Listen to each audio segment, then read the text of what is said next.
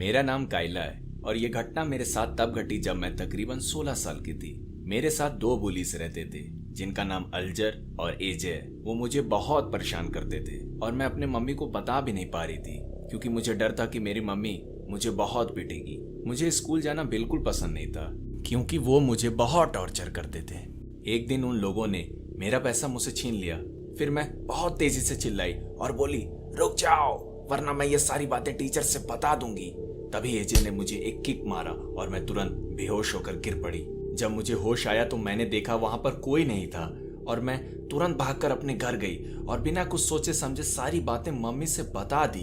अगली सुबह मैं काफी खुश थी क्योंकि आज वीकेंड है और एजे और एल्जर से मुलाकात नहीं होगी। तभी किसी ने नॉक किया। मैंने देखा कि एजे और एल्जर थे।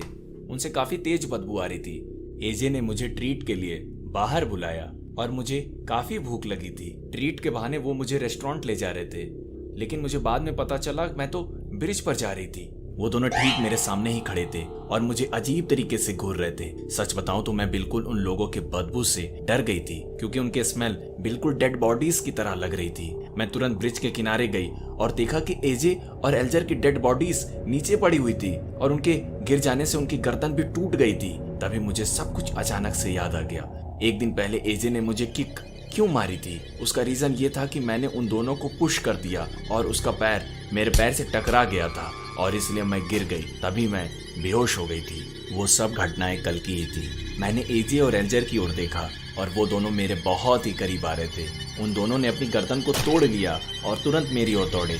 जब वो अचानक से गायब हो गए तो उन्हीं के साथ वो स्मेल भी गायब हो गई। लेकिन ब्रिज के नीचे पड़ी उनकी डेड बॉडीज की स्मेल अभी भी आ रही थी और हमेशा ऐसे ही आती रहेगी।